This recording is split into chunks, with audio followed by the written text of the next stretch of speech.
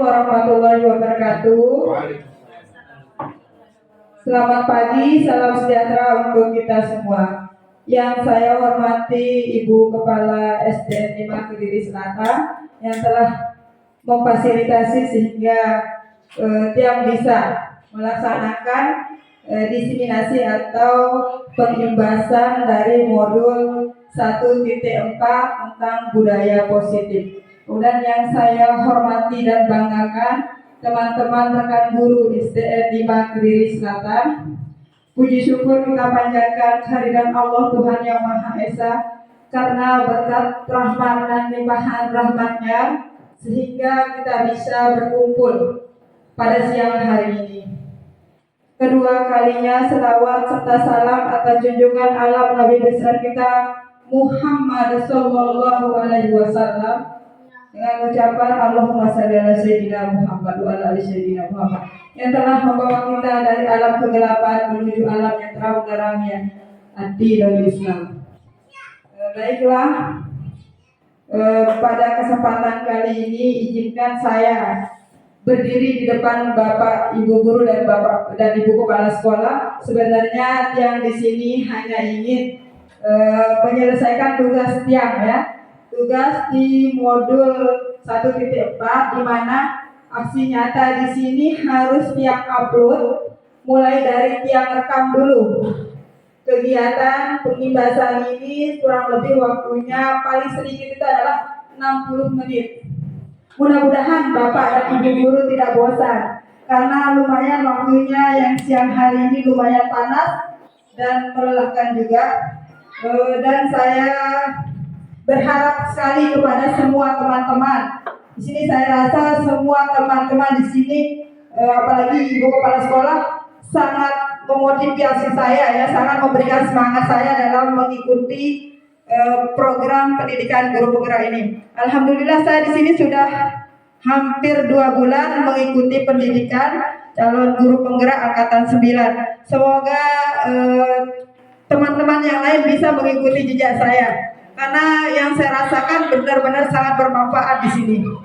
Mudah-mudahan teman-teman yang mendaftarkan diri angkatan 11 ini lulus juga. Amin amin. Baik, saya langsung aja ke materi selanjutnya, yaitu berbagi pemahaman, pengalaman mengenai penerapan konsep-konsep inti budaya positif. Sebelum saya masuk ke konsep inti dari budaya positif, terlebih dahulu saya ingin bercerita dulu sedikit.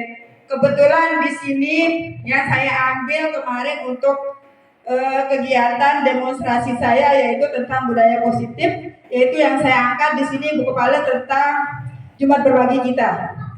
Alhamdulillah sangat diapresiasi sekali oleh fasilitator maupun oleh teman-teman PP juga sangat, dan teman-teman CGP, karena mereka di masing-masing sekolah itu sudah punya budaya positif. Nah di sini alhamdulillah kita juga baru mulai sekitar 1 bulan lebih ya Ibunda untuk kegiatan budaya positif, dan sangat membangun sekali budaya positif yang ada di lingkungan sekolah kita. Kenapa saya bilang begitu? Karena di sini yang kita tanamkan kepada anak itu bagaimana kita bisa berbagi atau bagaimana sikap kita yang saling mengerti keadaan orang lain ya gitu, dengan kita berinfak atau dengan kita berbagi seberapapun nominalnya itu tidak dihitung ya, yang penting kita sudah ikhlas atau niat mengeluarkan seperti itu ya. Kemudian saya lanjut.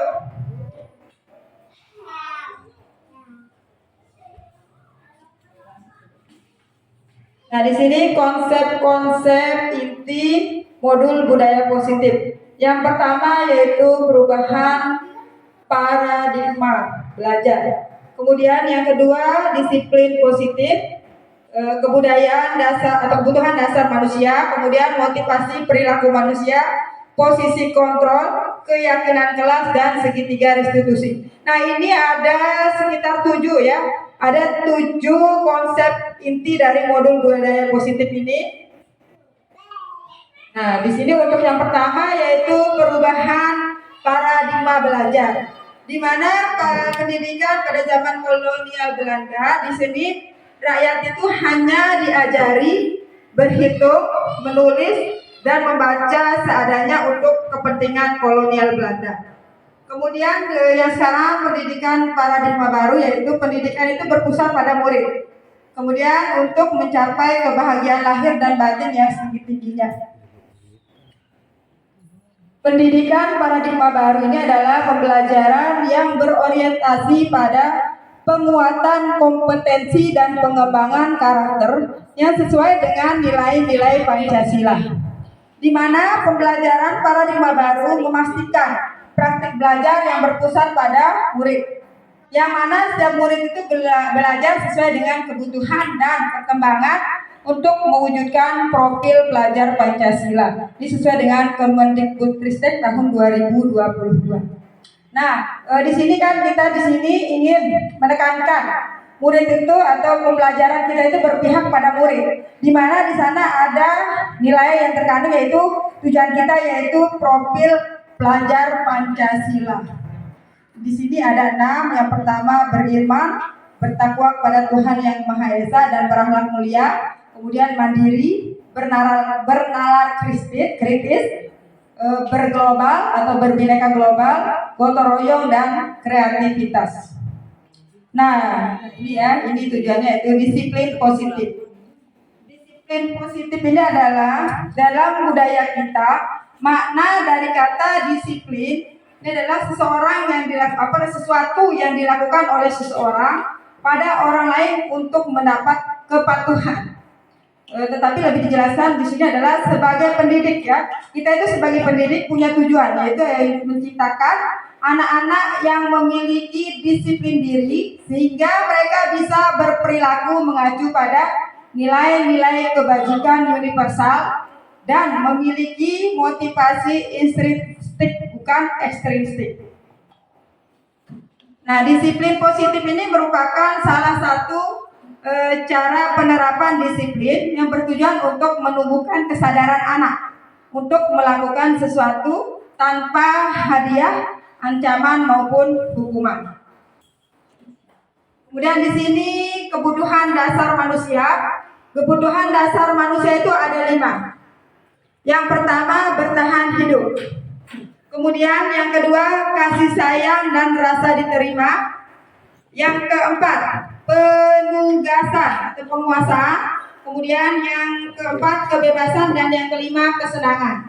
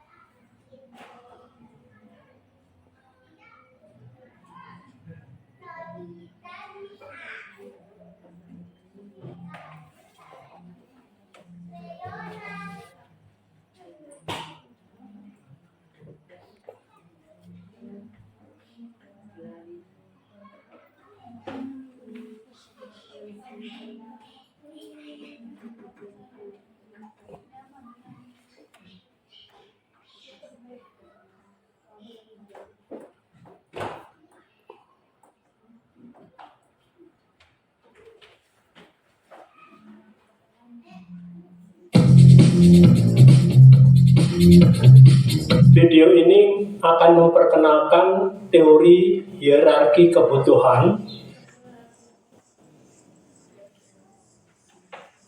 yang dikembangkan oleh Abraham Maslow.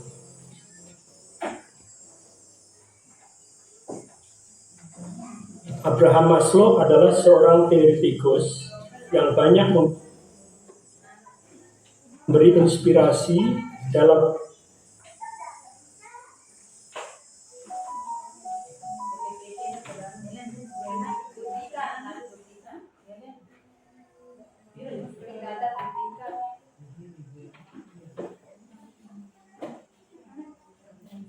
penemu pilihan di sana militer.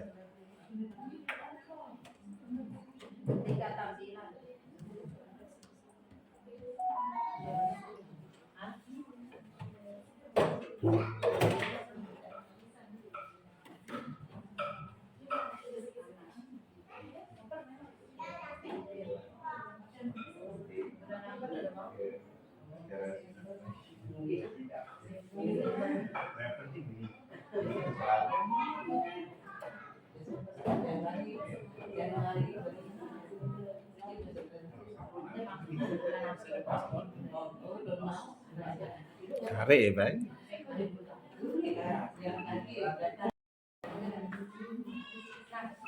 Saya lanjut aja dah, nggak usah diserang. Kebutuhan untuk bertahan hidup, misalnya di sini ada contoh kasus. Di sini ada anak kelas 1 yang bawa bekal. Ketika dia keluar main, saya tegur, kenapa bawa bekal? Katanya untuk bisa bertahan hidup, Bu. Katanya dia belum isi perutnya, belum itu. Intinya di sini bagaimana dia bisa mengenyangkan perutnya. Di sana salah satu adalah tujuannya untuk bisa bertahan hidup. Kemudian yang kedua, kasih sayang dan rasa diterima. Contohnya kita saja di sini. Ketika kita berinteraksi seperti ini, kemudian ada teman yang duduk menyendiri. Kadang kita di sana melihat teman yang tidak mau berbaur atau misalnya saya menyendiri sendiri, tidak mau bergabung. Kadang-kadang berpikir di sana kalau mau bergabung ada rasa izin atau ada rasa malu. Tapi di sini kita punya sifat, bagaimana sifat kita yang ingin disayang atau diterima seperti itu.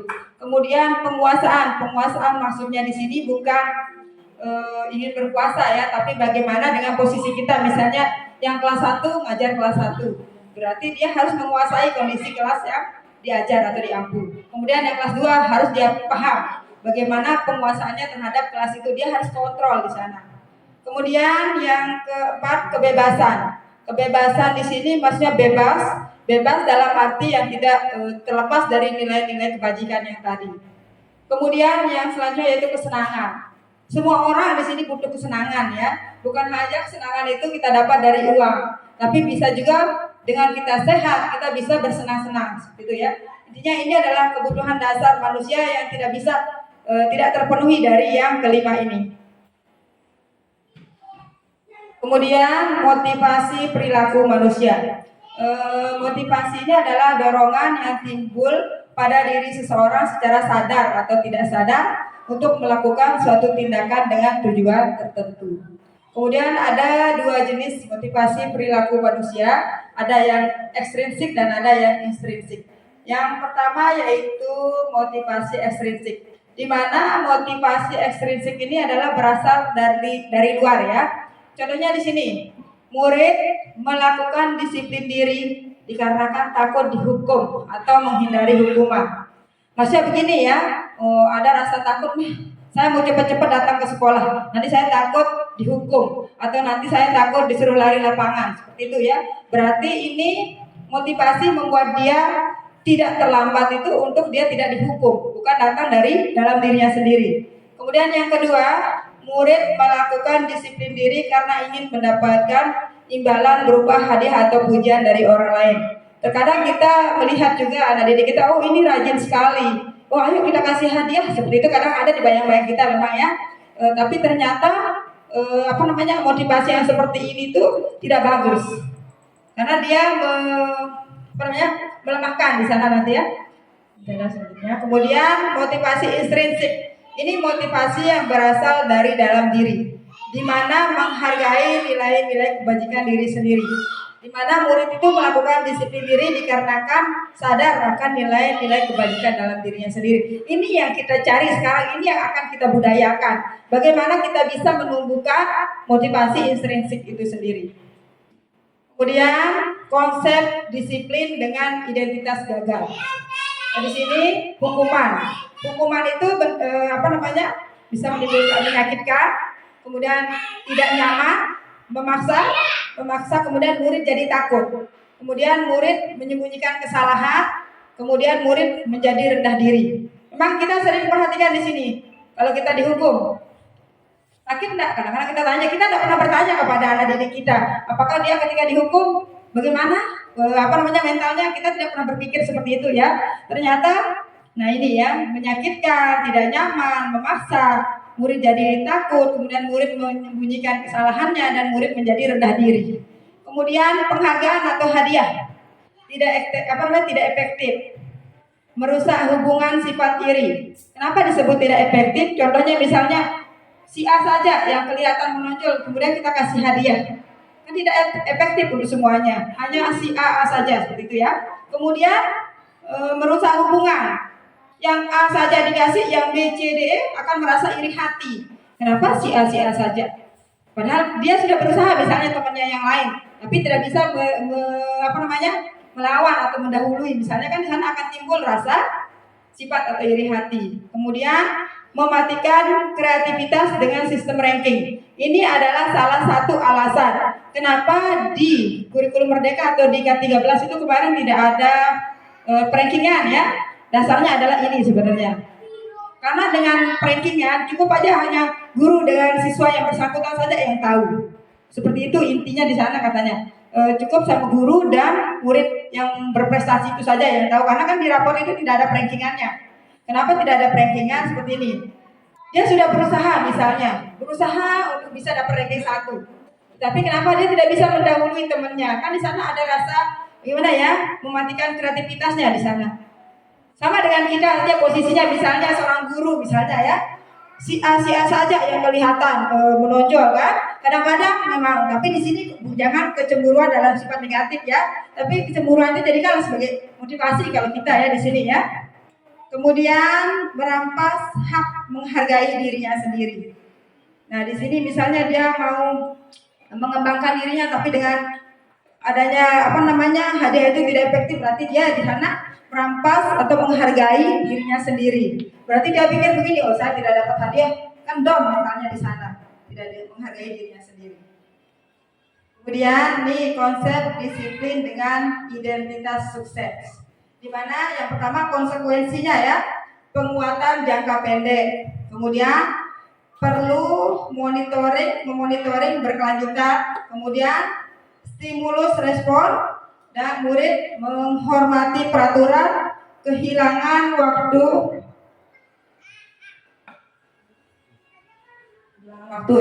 ya. Kemudian untuk restitusi, murid bertanggung jawab atas perilakunya. Kemudian fokus pada pemecahan masalah jangka panjang, murid menghormati dirinya dan orang lain.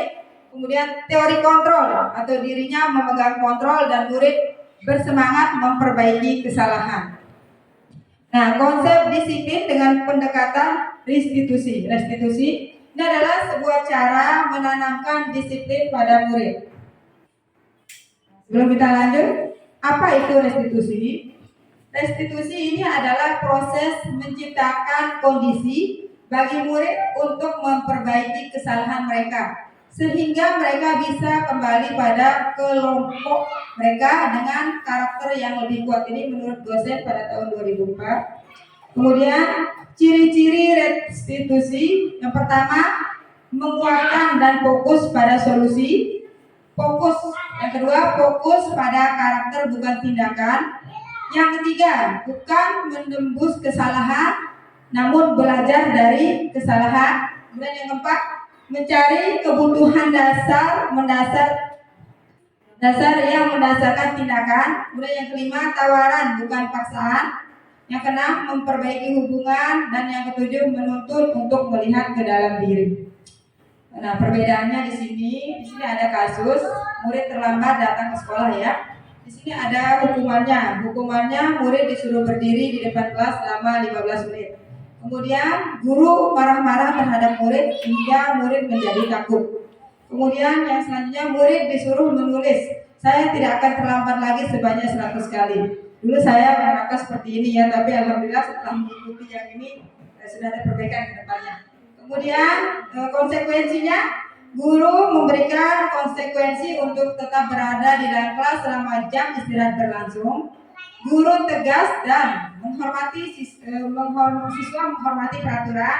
Kemudian yang restitusi, guru menanyakan keyakinan kelas dan dirinya. Kemudian guru membantu siswa menyelesaikan masalahnya. Bahwasanya guru terbuka dan siswa menghormati dirinya dan orang lain. Posisi kontrol, di sini ada posisi kontrol. Nah, untuk posisi kontrol di sini ada 5 posisi kontrol ya. Di sini ada sebagai penghukum, kemudian pembuat rasa bersalah, teman, pembantu dan manajer. Ini adalah posisi kontrol guru ya. Sekarang kita tonton dulu sedikit video ini. Kontrol.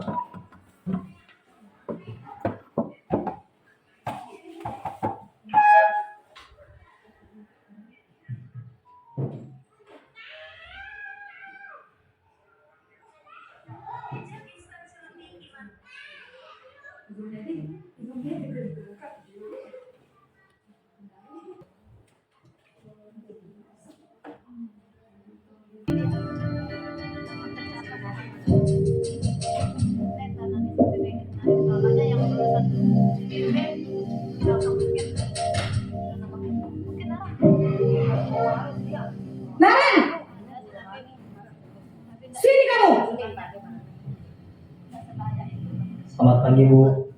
Selalu terlambat. Kamu deh, pasti terlambat.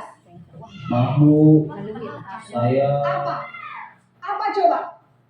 Alasan kamu apa lagi? Kapan sih kamu tidak terlambat? Malas sekali ya kamu jadi anak. saya Dasar pemalas. Gak kapok-kapok sih kamu. Sudah berapa kali terlambat? Sana, kamu keliling lapangan basket 2 kali. kenapa saya harus keliling lapangan basket, Bu? Kenapa? Kamu melawan ibu.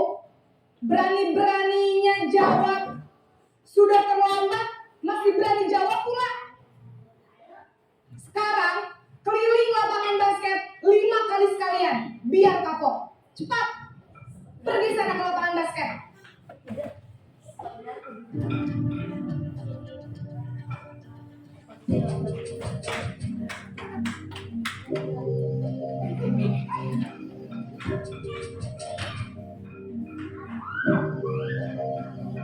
Naren,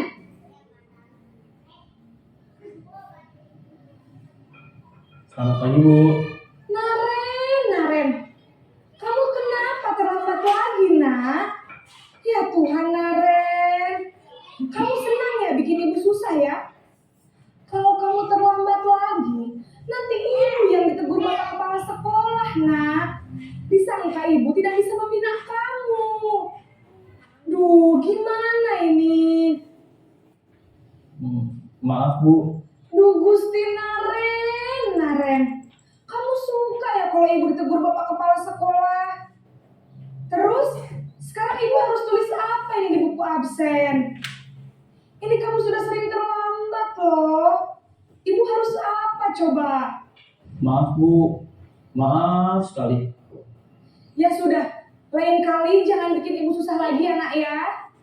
Ibu tidak akan kuat lagi kalau kamu begini terus. Bisa jantungan kalau ibu tegur bapak kepala sekolah. Sana cepat ke kelas. Maaf ya, Bu. Maaf sekali.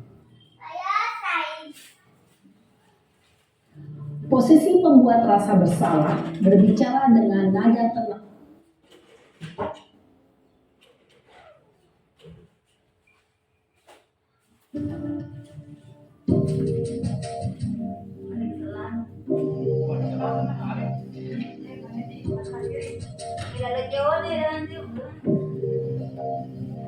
Naren,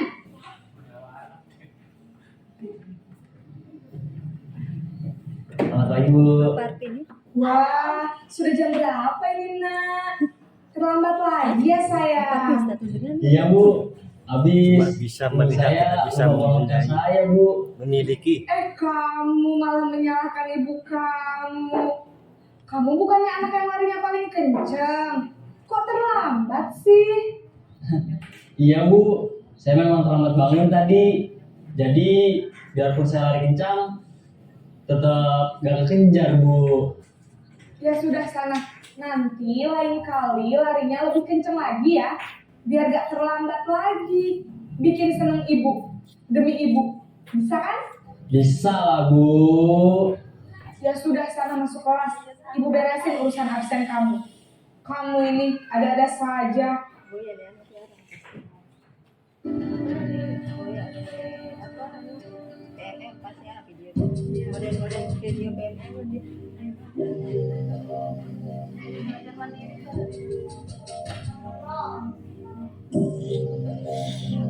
Naren,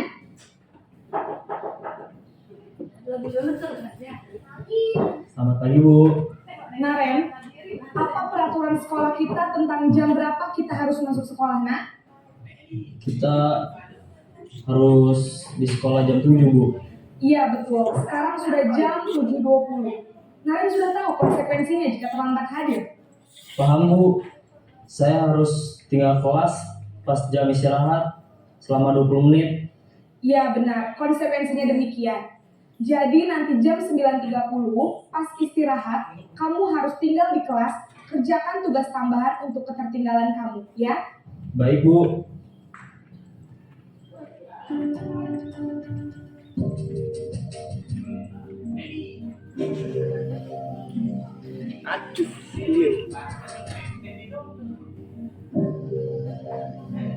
Naren,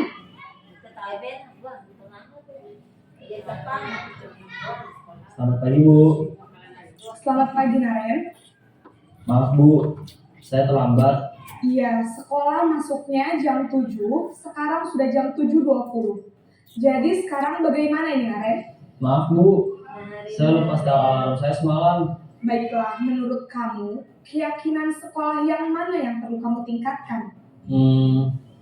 Menghargai diri sendiri dan orang lain mungkin ya Bu. Setuju. Jadi, apakah Naren meyakini prinsip saling menghormati tersebut? Iya Bu, saya meyakininya. Apakah Naren bersedia memperbaiki masalah keterlambatan ini? Bersedia Bu. Bagaimana kamu akan perbaiki masalah keterlambatan ini? Saya akan coba untuk tidak lupa menyetel alarm saya Bu. Baik, kalau Naren lupa menyetel alarm di rumah, ada orang yang kira-kira bisa bantu mengingatkan tidak? Ada Bu, kakak saya, Kak Emma. Ada lagi selain Kak Emma? Selain Kak Emma, ada ibu saya. Baik, jadi yang mengingatkan Naren adalah Kak Emma dan ibu kamu ya? Kira-kira akan mulai setel alarm kapan nih Naren? Setelah pulang sekolah, akan segera saya lakukan. Baik, jadi Naren akan setel alarm untuk bangun besok pagi dan akan diingatkan oleh kakak dan ibunda Naren ya. Ada lagi yang mungkin perlu dilakukan Naren agar tidak terlambat Posisi kontrol guru yang tadi, mungkin dari kelima video yang kita tonton tadi, posisi yang sering kita lakukan itu di mana Bapak Ibu Guru? Satu ya. Ya, kita lebih dominan di sini pada penghukum. Nah, di sini padahal dari kelima posisi kontrol yaitu membuat merasa bersalah. Di sini kita lihat tadi di video bagaimana dia menyadari ya secara langsung di sana mengakui kesalahannya. Kemudian sebagai teman kita jarang memang di sini memberikan hukuman dengan teman atau memposisikan diri kita sebagai posisi kontrol teman. Kemudian pemantau sebenarnya di sini ya contoh penerapan 5 posisi kontrol yang tadi, yaitu pertama penghukum, di mana untuk penghukum dia patuhi aturan sekolah lalu berdiri di barisan lain. Seandainya murid tidak memakai, contoh ini ya, tidak memakai atribut lengkap saat upacara. Kemudian pembuat merasa bersalah, berapa kali Bapak bilang sama kamu, Bapak kecewa sama kamu. Kalau kita di sini dengan nada yang sedikit lunak atau nada yang sedikit agak gimana ya, mengiba atau lembut, kadang anak-anak itu mengakui kesalahannya sendiri ya.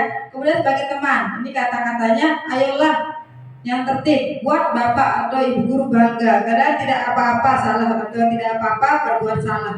Kemudian kalau sebagai pemantau, kalimatnya di sini, kamu sudah melanggar apa peraturan sekolah kita dan apa konsekuensinya. Kemudian kalau sebagai manajer di sini kalimatnya, apakah kamu tahu kesalahan kamu? Di sini kita melontarkan pertanyaan ya. Kemudian bagaimana cara kamu memperbaiki kesalahan kamu? Adalah bentuknya ya.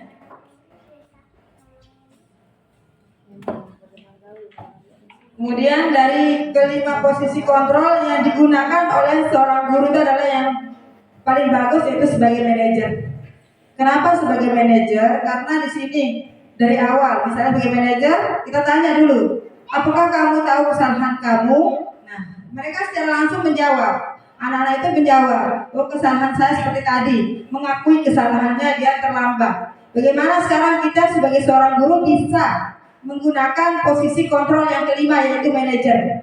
Mari kita sama-sama di sini kita hilangkan posisi yang 1, 2, 3, 4, kita pakai yang kelima sekarang di sini. Karena untuk seorang guru di sini di dalam calon guru penggerak ini lebih kita pada posisi yang kelima. Memang semuanya bukan hanya guru penggerak saja. Kalau bisa semuanya di sini ya, kita semua sebagai guru. Kita hilangkan sekarang penghukum, kemudian pembuat merasa bersalah, teman, pemantau, kita fokus pada manajer. Mungkin dengan manajer itu sendiri mereka akan lebih mandiri atau lebih bertanggung jawab di sana. Ada pertanyaan dulu di sini, mungkin kita saling berinteraksi di sini Bapak Ibu ya. Monoton jadi saya aja yang benar. Gimana Bu? Atau ingin berbagi pengalaman juga tidak apa-apa ya. Kalau tidak ada saya lanjut aja ya. Kita lanjut. Yang sekarang kita lanjut materi yang terakhir, ini restitusi atau segitiga restitusi. Di dalam segitiga restitusi ini sebenarnya lebih kepada bagaimana menyelesaikan masalah. Di dalam penyelesaian masalah mulai dari bagaimana kita identifikasi masalah, kemudian yang kedua validasi keyakinan kelas, dan terakhir membuat keyakinan kelas bersama ya.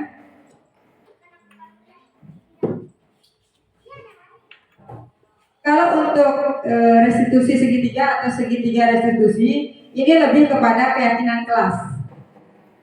Kenapa keyakinan kelas? Kenapa tidak peraturan kelas atau tata tertib?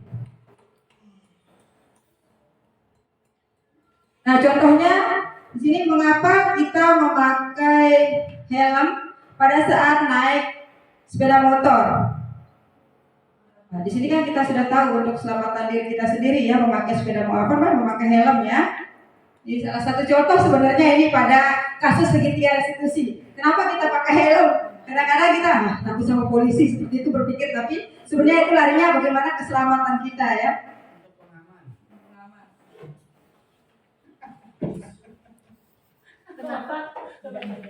Jadi. Dan di sini saya pernah melakukan ini ya, ini kegiatan yang saya lakukan di dalam kelas, yaitu proses pembuatan keyakinan kelas, di mana guru bersama murid membuat keyakinan kelas. Sebenarnya keyakinan kelas ini tidak jauh beda dengan peraturan yang ada di dalam kelas, tapi sekarang namanya sudah beda. Tapi di sini ada kalimat-kalimatnya tersendiri dulu. Yang pertama di sini proses pembuatannya berdiskusi dulu tentang peraturan kelas. Kemudian yang kedua merumuskan tentang peraturan kelas. Peraturan kelas menjadi keyakinan kelas, baru ditempel keyakinan kelas. Nah, ini contoh keyakinan kelas. Bertanggung jawab mengerjakan tugas PR. Sebenarnya dari kalimatnya bisa kita sepakati dengan anak-anak, tidak boleh mengerjakan PR di sekolah. PR-nya harus dikerjakan di rumah. Jadi di sana menumbuhkan rasa tanggung jawab pada si anak dalam mengerjakan PR-nya. Kemudian bersikap tenang saat pelajaran berlangsung. Sama dengan tidak boleh berkelahi, karena di sini tidak boleh menggunakan kalimat negatif ya. Sehingga di sini bersikap tenang saat pelajaran berlangsung berarti tidak boleh berkelahi. Yang pertama dulu kita buat dulu sama anak-anak apa kata-kata keyakinan kelasnya, ayo kita buat seperti itu. Nah, ini sudah disimpulkan seperti ini ya. Kemudian bisa. Memang ya. Kemudian disiplin dan bersikap jujur. Ya, kemudian bersikap sopan dan menghormati guru. Saling tolong menolong, hidup rukun dengan teman. Ini contoh ya keyakinan kelas yang sudah dibuat di kelas 1. Ya, kesepakatan dengan siswa. Kemudian ini perbedaan antara peraturan kelas dan keyakinan kelas. Kalau peraturan kelas, dia di sini tidak boleh membuang sampah sembarangan. Ini kalimatnya. Sedangkan untuk kalimat positif peraturan kelas, buanglah sampah pada tempatnya. Kemudian keyakinan kelasnya menjaga kebersihan. Kemudian peraturan kelasnya tidak boleh datang terlambat. Dan kalau kalimat positifnya datang tepat waktu. Dan ini berkaitan dengan disiplin. Kemudian yang selanjutnya tidak boleh Berbohong, berarti berkata jujur, nilainya adalah jujur ya. Kemudian mengumpulkan tugas tepat waktu. Mengumpulkan tugas tepat waktu, dia berlatih disiplin juga dan tanggung jawab di sini ya. Melaksanakan piket kelas. Ini berarti dia melaksanakan piket kelas, itu tanggung jawab. Tidak boleh berkata kasar, berbicara dengan sopan, berarti saling menghormati. Kemudian tidak boleh berkelahi, berteman dengan semua atau rukun dengan teman, berarti saling menghormati. Membawa buku pelajaran sesuai daftar, artinya ke disiplin. Ini keyakinan kelasnya. Kemudian membantu teman, ini adalah sifat empati yang kita tumbuhkan. Kemudian berdoa sebelum dan sudah belajar. Berdoa dan belum sudah belajar, ini adalah keimanan dan ketakwaan. Intinya di dalam peraturan kelas, kemudian keyakinan kelas ini lebih kepada nilai apa yang ditanamkan di dalam peraturan kelas itu sendiri.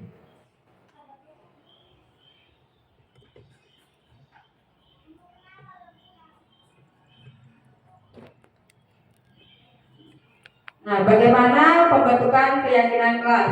Yang pertama lebih abstrak dari peraturan. Kemudian sedikit saja agar mudah diingat. Misalnya kayak tadi, tidak boleh membuang sampah.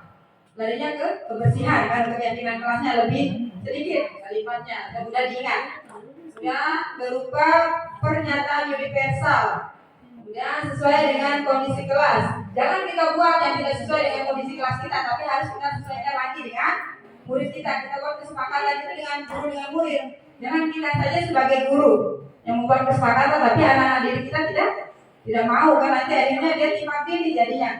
Si guru maunya si A, peraturannya seperti ini, sedangkan siswanya maunya yang B. Sehingga di sana harus kita berdiskusi dengan anak membuat keyakinan kesepakatan kelas. Kemudian dibuat dalam bentuk positif. Maksudnya di sini tidak boleh ada kata tidak harus dihilangkan. Misalnya tidak boleh malas, lari ke disiplin, ya dalam bentuk larangan, kalimat positif.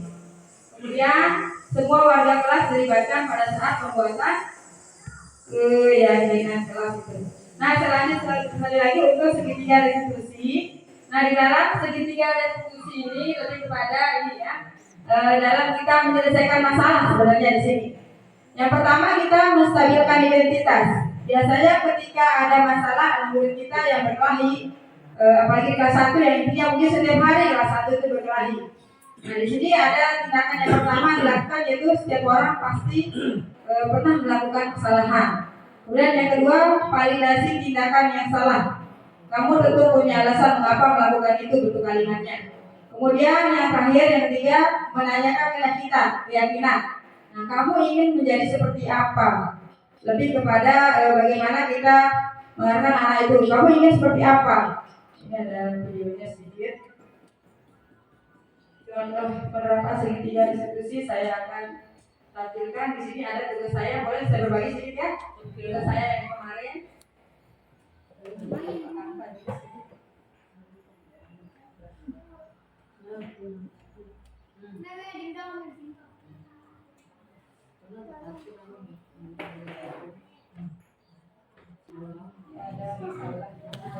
Di posisi berada dalam posisi naik.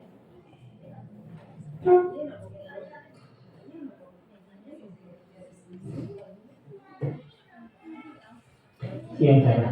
Siang Pak. Sudah lama nggak ketemu Sarah? Kenapa hari ini ada di sini?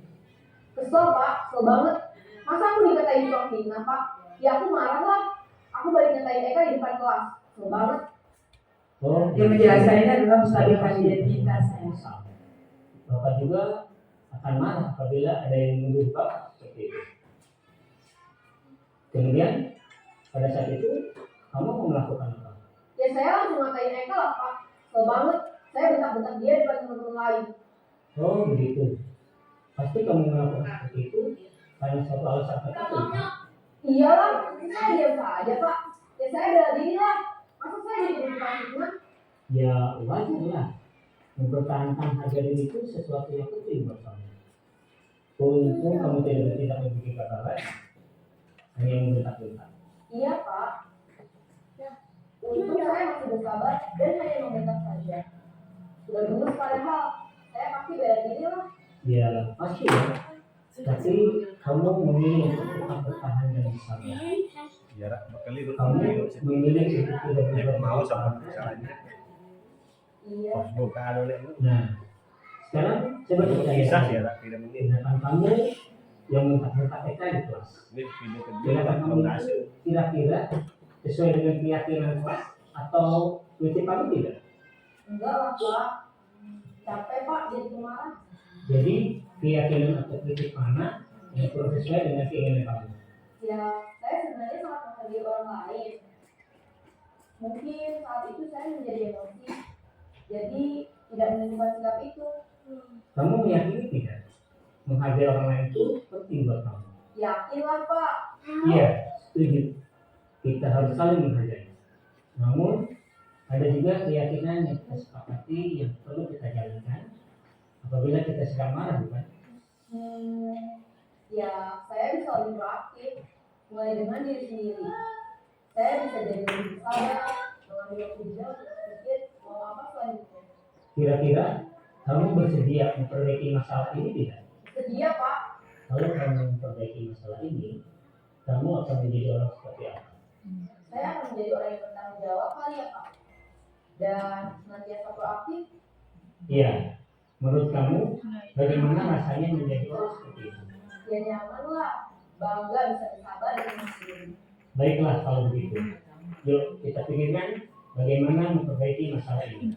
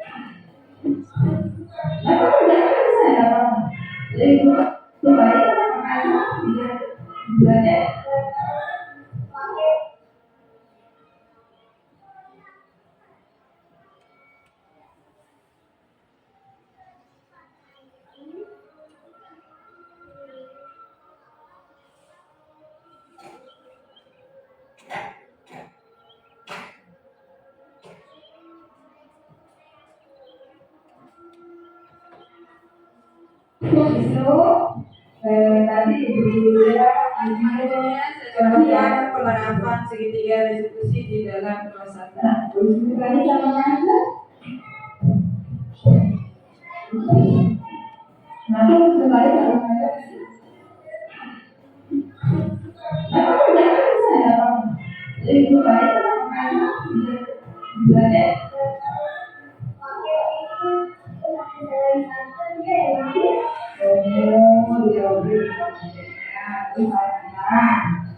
Jangan aja, terus tapi nanti saja tindakan yang terluka bagus nggak? Tidak bagus ya, tidak sesuai dengan kesepakatan kita di dalam kelas. Kita mendapatkan teman saya. Nah, kalau misalnya Wisnu ikut Ganda, Wisnu tahu nggak kayak gitu? Mana nggak dilakukan? Mana nggak alasannya yang tanda itu dari tadi? Ada. Ya, karena ada jaga emosinya, emosinya dia, nggak boleh dia marah, ya. Nah, kita kan ini berapa ya? Kita belajar di sini. Marah ya, dikontrol emosinya saya. Guru tahu, guru juga pernah buat salah. Kesalahan itu adalah hal yang wajar. Tapi kalau di sini masih merupakan kesalahan. Tidak dikerjakan tugasnya, ya. Jadi apa yang dikerjakan tadi atau apa yang dilakukan itu adalah tindakan yang salah. Kalau benar, wah, di situ kami salahnya. Ya, sudah tidak akan lagi ya mengulangi yang ya. Jangan diulangi lagi ya. Misalnya harus saling menyayangi sama temannya ya saya. Terima kasih ya saya. Kita akan berhenti.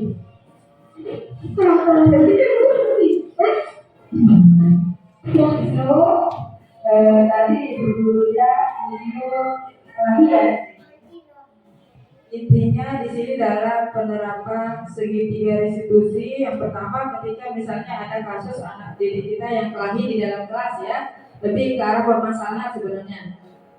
Kita panggil dulu anak yang kelahi itu. Kemudian setelah kita panggil, kita tanyakan dulu.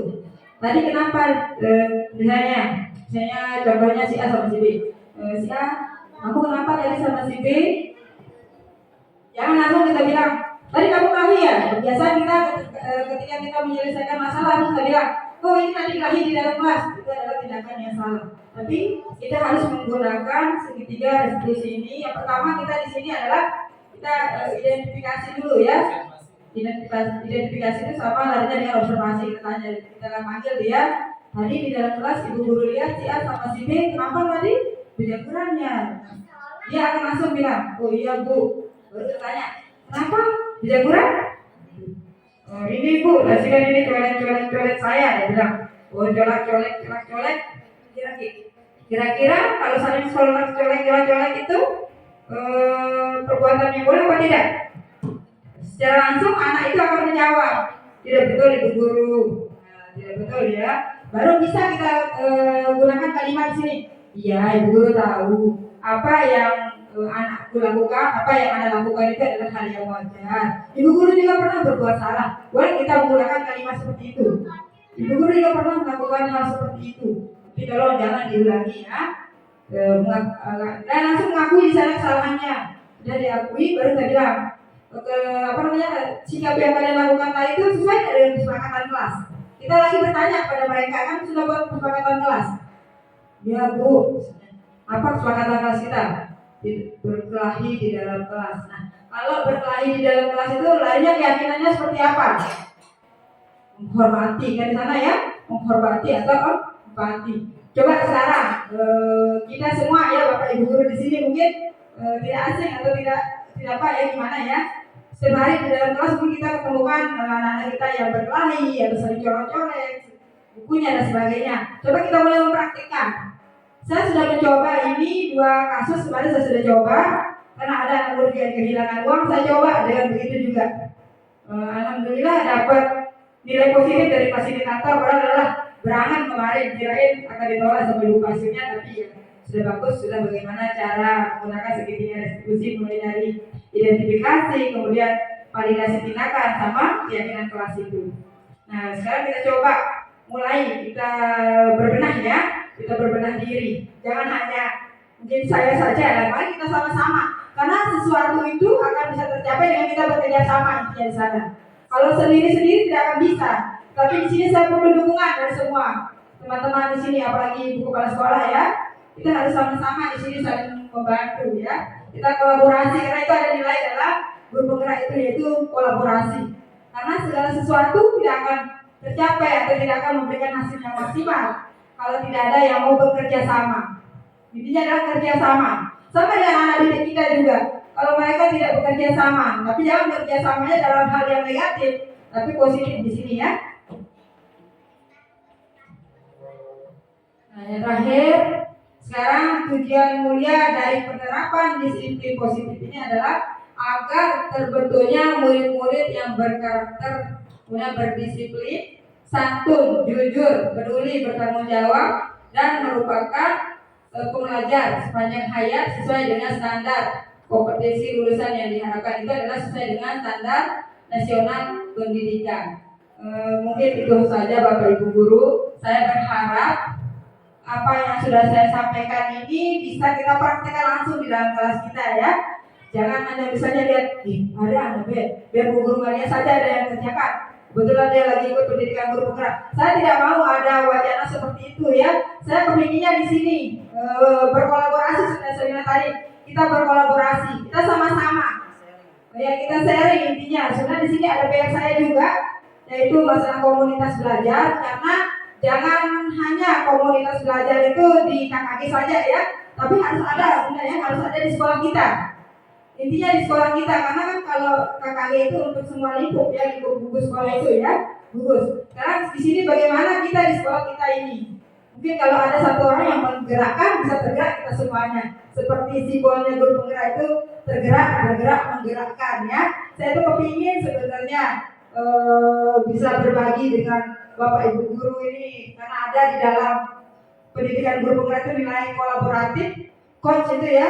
Misalnya ketika ada teman yang tidak bisa ini, saya ingin membantu langsung di sana. Saya sebagai coachingnya ya, mungkin Ibu Ida lebih paham di sana ya masalah coachingan, tapi bukan masalah coachingan ya. Bagaimana kita saling membantu dengan teman itu. Biarpun misalnya sedikit, Bu, saya tidak bisa ini. Itu adalah sama juga kita berbagi ilmu juga. Hal yang sedikit lama-lama kan menjadi bukit seperti itu kan ya. Kemarin tugas yang kemarin itu saya kolaborasi sama Bu Bar saja, karena kebetulan sama-sama mengampu kelas 1. Beliau ya sangat sangat memotivasi juga. Di sini kita selama ini hanya berkolaborasi berdua saja dulu untuk sementara, karena satu kelas yang kita ampu. Tetapi ada pesan dari kepala kalau bisa juga sama kelas 4, karena yang mengimplementasi kurikulum Merdeka itu kelas 1 dan 4. Nah, kelas 1 dengan 4 biar nanti ketika ada pengawas yang bertanya atau ketika kita diisi survei atau lain-lain, kita akan bisa menjawab dengan satu kata kan, satu kata, jangan saya lain, Bu Has lain, Bu Kepala lain. Jadi kita tidak tidak sejalan. Ya, seperti itu ya. Ya mungkin itu saja. Mungkin ada beberapa guru yang ingin berbagi juga di sini. Momen yang seperti ini yang jarang-jarang sekali kita temukan, kita bisa berkumpul seperti ini. Paling tidak sebenarnya dalam komunitas itu jangan hanya bisa kita bilang, meskipun apa jadi sedang, kadang-kadang berpikir di sana ya. Itu mungkin alasannya kepala jarang mengumpulkan kita. Berpikir loh, nggak ada bos, tapi nggak apa-apa sih kalau kita minum air putih saja, kan itu bisa untuk perkembangan kita juga di sini. Bagaimana kita memajukan diri kita sendiri juga. Nanti ini gimana ya, bagaimana kita membawa nama harum SD5 ini ya. Siap. Ke diri selatan ini, ayo kita sama-sama gitu. Kita hilangkan SD bawa kering. Ya, kita hilangkan sudah dibilang ya. Mari kita mulai berbenah dengan saya. Saya mungkin di sini kepingin sekali, benar-benar kepingin. Kalau saya lihat itu sebenarnya tidak jauh beda dari sekolah-sekolah lain. Kalau saya lihat dari sekolah-sekolah yang lebih maju juga tidak beda jauh. Cuma di sini ada kemauan dari kita. Kemauan dari Kemauan dari kita sendiri. Kemudian lingkungan kita. Yang saya bilang tadi, kolaborasi itu adalah kunci utamanya. ada semangat, Ya. ada keinginan dari diri kita baru bisa jalan. Tadi Bu Kepala Sekolah sangat memotivasi kita semua ya, memberi semangat. Saya tersemangati juga kadang-kadang latihan. Gimana lagi ya, kadang-kadang kalau dia sendiri begini, kadang-kadang sempat malas juga. Tapi kalau lihat teman yang menyemangati, tambah semangat lagi. Ya itu saja mungkin dari saya ya. Atau mungkin Anda berdiri, silakan. Ayo Pak Kapu.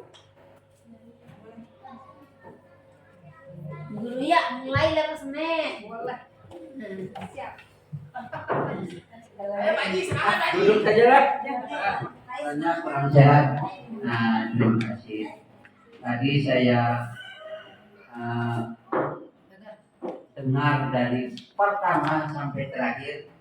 Di sana sedikit yang mau membagi pengalaman. Boleh nggak? Boleh Bapak, boleh. Ya, tadi yang dengar Ibu pernah mengangkat kasus tentang anak kehilangan uang. Ya. Kemudian di sini pada waktu yang sekolah di SPG, ya, kan di sana dibekali yang ilmu psikologi pendidikan. Nah, psikologi pendidikan ini yang pelajari mungkin selama 2 tahun kalau tidak salah. Kemudian pedagogik. Nah, di sana semenjak yang jadi guru, sering sekali dia menemui masalah, apalagi masalah keuangan. Tadi Ibu angkat tentang kehilangan uang. Yang mempunyai trik-trik dari pengalaman SD 1 lembar, SD 2 baru Samban, SD 1 Mondongare, kemudian numpeng terakhir di SD 5 Kediri Selatan. Yang paling tragis kejadiannya di Lembar pada waktu tahun 90. Yang ingat karena yang catat itu ada seorang anak, pekerjaannya bapaknya narik tali kapal. Kalau dia menjual asongan di kapal. Begitu nabung, dia hilang uangnya. Waktu itu ingat 5.000 rupiah. Kemudian karena hilang uangnya 5.000 rupiah, uang temannya diambil. Dalam waktu itu kelas 6 kalau tidak salah, jumlahnya ada 35 orang. Akhirnya yang pakai trik yang sendiri. Pertama yang pakai adalah bisikan telinga. Siapa yang mengambil uang temannya? Mari ke depan, coba bisikin. Saya tidak pernah. Kalau memang pernah, kalau memang malu mengatakan, bilang jangan sampaikan sama teman-teman Pak Guru, saya yang ambil. Kemudian baru 3 orang saya panggil sudah ketemu. Pak Guru, jangan sampaikan kepada teman lain, saya malu karena uang saya hilang kemarin 5.000, akhirnya uang teman saya ambil. Tidak berhasil kan? Nah itu. Kemudian di Batu Sambang tidak pernah terjadi sesuatu mengenai uang. Kemudian pindah ke Mondongare. Ini di Mondongare kejadian yang sangat tragis juga, hampir sama dengan di Lembar.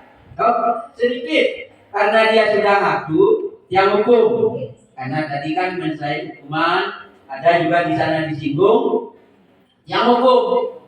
Karena itu mungkin merupakan apakah itu trik yang benar, apa itu trik tidak memungkinkan kan?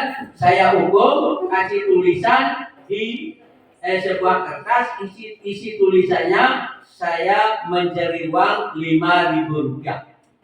Itu keliling ke setiap kelas. Akhirnya alhamdulillah anak itu berubah. Nah itu kan ada perubahan. Nah itu terjadinya waktu di Lembar tahun 90. Ibu kepala sekolah belum di Lembar waktu itu di Cemare yang penempatan pertama ingat. Kemudian ke Mondongare tahun 2008. Anak perempuan. Waktu di sana kan anak-anak mondok. Waktu ujian kan mondok. 5 orang perempuan.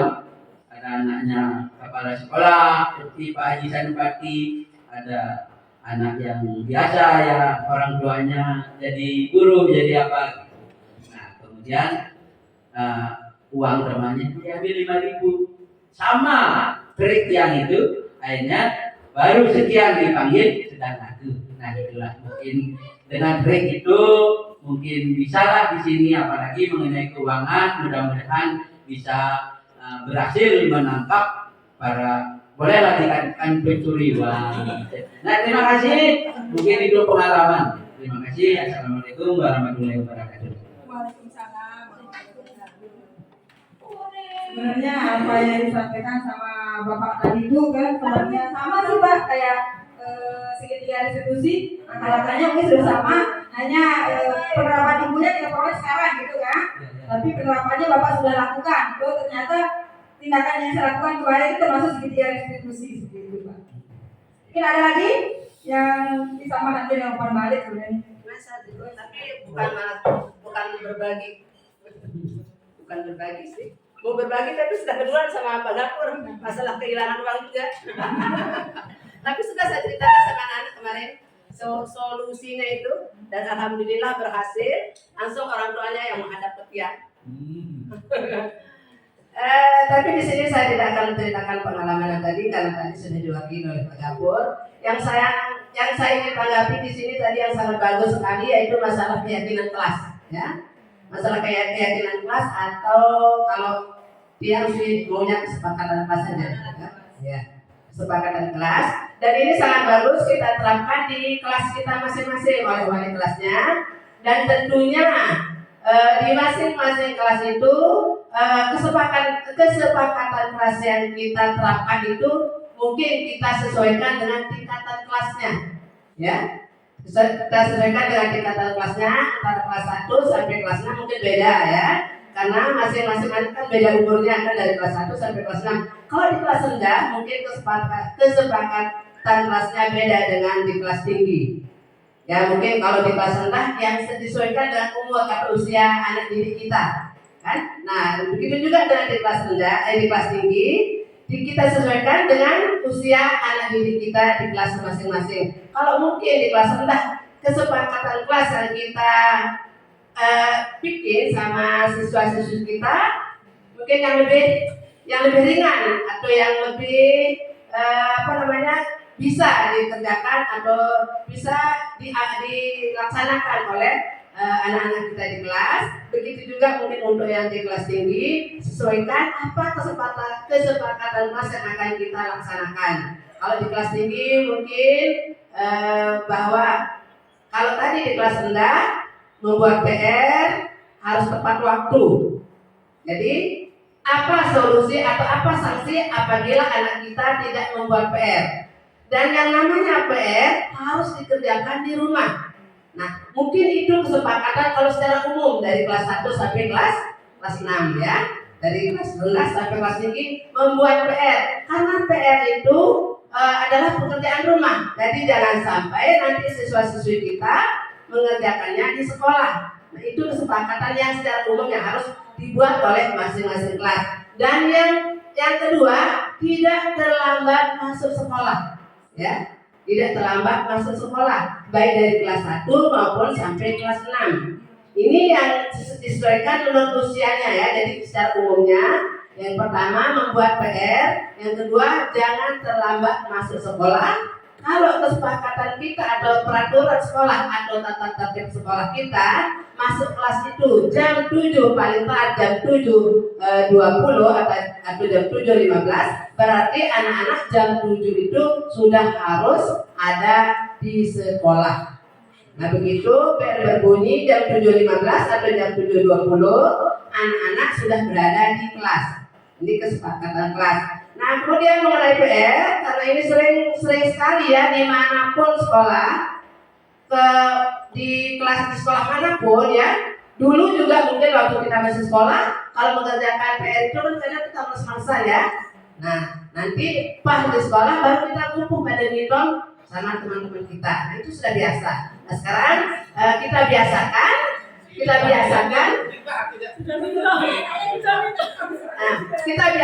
supaya anak-anak kita jangan seperti itu ya. Jadi pekerjaan rumah atau PR itu harus diselesaikan di rumah. Jangan sampai paginya itu anak-anak kita nanti saling pinton. Nah ini nanti bagaimana Bapak Ibu guru sebagai wali kelasnya memberikan sanksi supaya anak-anak kita itu membuat kesepakatan sesuai dengan kelasnya masing-masing, sesuai dengan usia mereka masing-masing. Nah, ini saya serahkan kepada Bapak Ibu wali kelas. Ini sangat bagus ya, sangat bagus ini tentang keyakinan kelas atau kesepakatan kelas ini, supaya nanti bagaimana Bapak dan Ibu gurunya membuat kesepakatan bersama siswa-siswanya di kelas sesuai dengan tingkatan usianya atau tingkatan kelasnya. Mungkin hanya ini yang bisa saya sampaikan. Mudah-mudahan ada manfaatnya. Assalamualaikum warahmatullahi wabarakatuh. Di kelas aja udah ini kesepakatan di sekolah juga. Bisa itu lebih luas di sekolah juga. Untuk guru-gurunya juga ya. Kemungkinan untuk guru-gurunya juga kesepakatan guru-gurunya harus siap jadi pembina upacara. Masuk jam 7.59. Besok Pak Nedi. Iya, salah. Iya, yang pembina upacara. Jadi nantinya Bapak jadwalnya dari Ya, terima kasih untuk Ibu Kepala yang telah memberikan perbandingan tentang keyakinan kelas. Mari mungkin hari Senin kita mulai berbenah di kelas kita. Kita buat peraturan kelas yang menjadi kesepakatan kelas, ya. Kemudian kita tempel nanti mungkin hari Selasa atau hari Rabu kepala jalan-jalan di masing-masing kelas. Kemudian saya yang memfoto sebagai kelas aksi nyata saya. Jadi seperti bilang Pak Edi, jangan hanya kesepakatan sekolah kita juga. Tuh ya. Kalau bisa kita buat bersama-sama di sini ya. Kembali dari. Gunakan seragam. Bukan dari kaos. Guru sedikit untuk konsep manajer itu ada 5 konsep ya. Ada konsep manajer gimana cara Di sini kalau kita lihat posisi kontrol manajer. Di manajer itu nanti dia sama kayak coaching itu hampir sama modelnya kayak coaching. Videonya enggak ketemu katanya. Manajer itu hampir sama konsepnya kayak coaching. Utang aja itu. oh bukan Pak. Tidak jadi masa nanya pribadi. Mas nunggu. Sini dah ayo Sandila. Ini dan nanti ke kemarin langsung aja nggak apa-apa.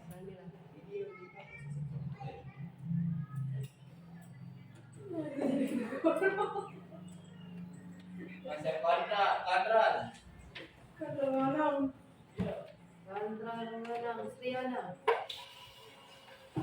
Wah, mana ya? Video ini bawa dong.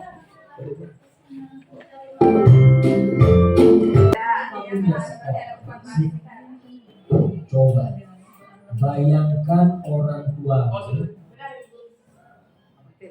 kamu itu. Ya, terima kasih atas kesempatan yang diberikan. Sesuai dengan tadi apa yang disampaikan oleh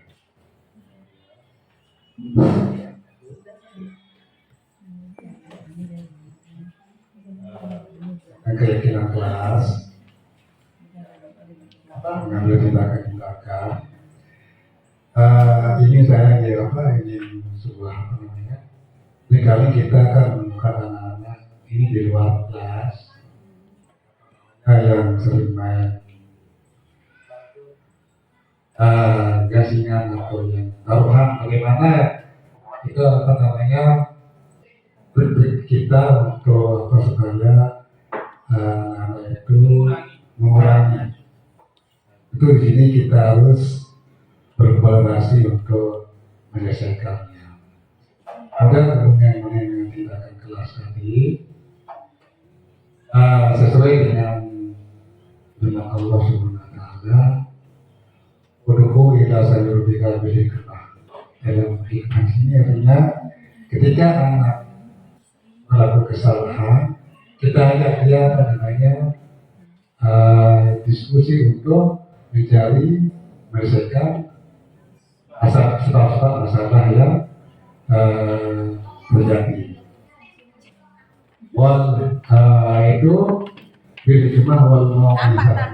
Nanti mau'izah di sini dengan cara santun sebut untuk menyelesaikan sebuah masalah.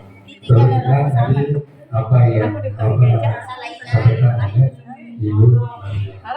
Baca dilho bila yaitu di sini baca dilho artinya kita saling diskusi untuk mencari ide masalah itu ada bersama masalah itu menjadi lebih baik. Jadi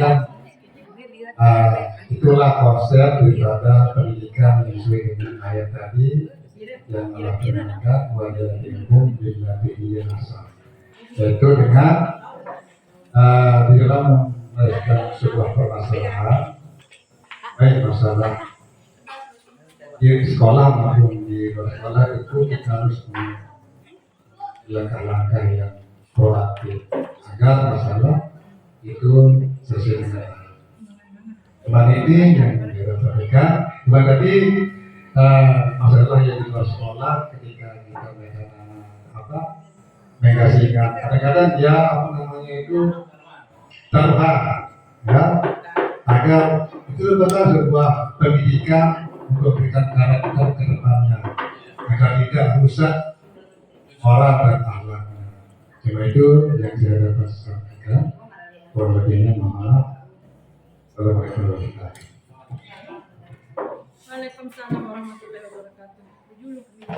Tanggapi sedikit ya Pak Haji, mungkin terkait masalah dancing ini bisa kita berkolaborasi untuk ketertiban sekolah harinya ya. Nanti mungkin kalau untuk itu bisa Ibu Kepala langsung bagaimana dengan stakeholder yang ada di sini, bentuk komite dan lainnya, bagaimana menertibkan harinya itu Pak Haji ya. Yang penting intinya kita selalu berkolaborasi di sana. Sedikit untuk posisi manajer tadi. Di sini sebenarnya manajer ini memang nadanya agak keras Pak Guru.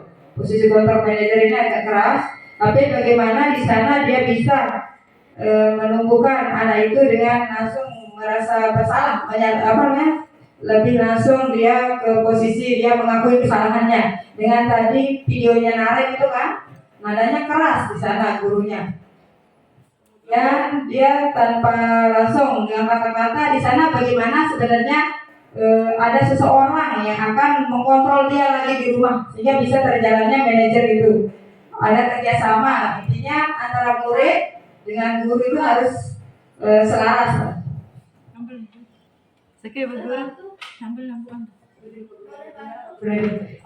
Kan di sini kan ada 5 posisi sebagai penghukum. Kalau penghukum sudah jelas sekali. Kemudian pembuat rasa bersalah. Dan kalau dengan rasa bersalah ini dia mengeluh, kata-katanya halus sekali di sana, sehingga dia membuat langsung si murid itu mengakui kesalahannya. Kemudian kalau sebagai teman kan sudah paham ya bagaimana antara posisi guru dengan teman di sini ya.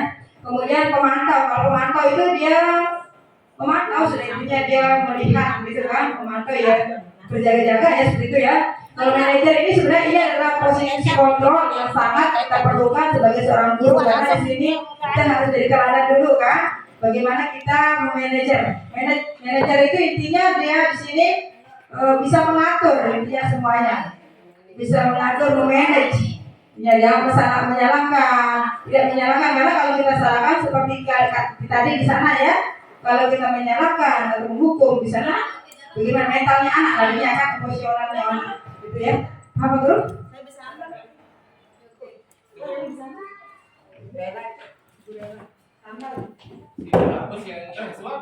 Assalamualaikum warahmatullahi wabarakatuh.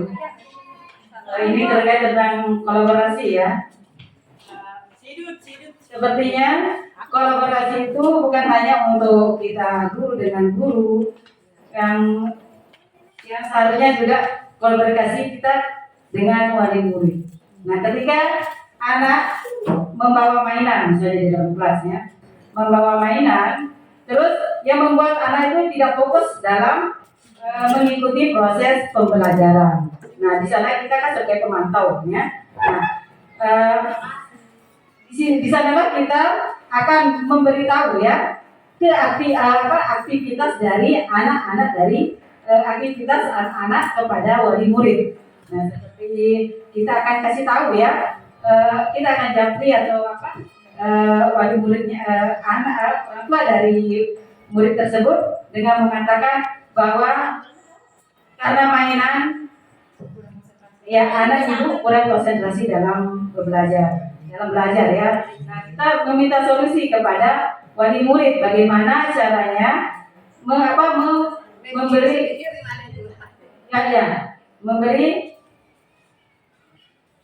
memberi solusi agar bagaimana cara agar anak itu bisa fokus dalam belajarannya. Ini Bu Guru yang dapat saya sampaikan. Assalamualaikum.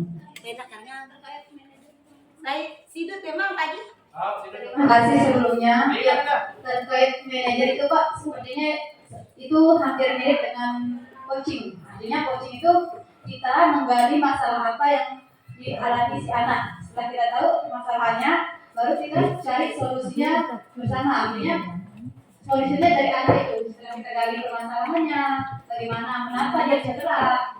Nah, setelah itu kita gali lagi bagaimana supaya anak itu tidak telat, tapi solusinya dari diri anak itu sendiri, bukan dari kita. Seperti yang di Naren itu kan, dia kita tanya kenapa dia bisa telat, bagaimana besok supaya dia tidak telat lagi. Nah, kapan mulainya? Seperti itu kita meyakinkan anak itu bagaimana solusi itu keluar dari diri mereka sendiri sesuai dengan keadaan yang dialaminya baik di sekolah maupun di rumah gitu. Berarti perubahan akan timbul dari dirinya sendiri. Ya, Kesadaran dari dirinya sendiri berarti. timbul dari Ya, kesadaran. Ya. Dari dirinya sendiri kita total ulang. Sekali lagi ya Pak Guru khusus untuk manajer ya. Dari awal aja Bu ya, dari penghukum itu. Lihat nih. Oh, mohon maaf saya salah ditutup. Alasan kamu apa lagi? Bisa kita lihat videonya ya. Sebagai guru mungkin demikian materi yang saya sampaikan. Semoga apa yang sudah sampaikan bisa menjadi ilmu buat kita semua ya. Di sini saya juga dalam tahap belajar. Segala sesuatu itu tidak bisa akan terjadi tanpa adanya kolaborasi atau dukungan dari semua teman-teman dan Bapak Ibu guru ya. Terima kasih. Wabillahi taufiq wal hidayah. Wassalamualaikum warahmatullahi wabarakatuh.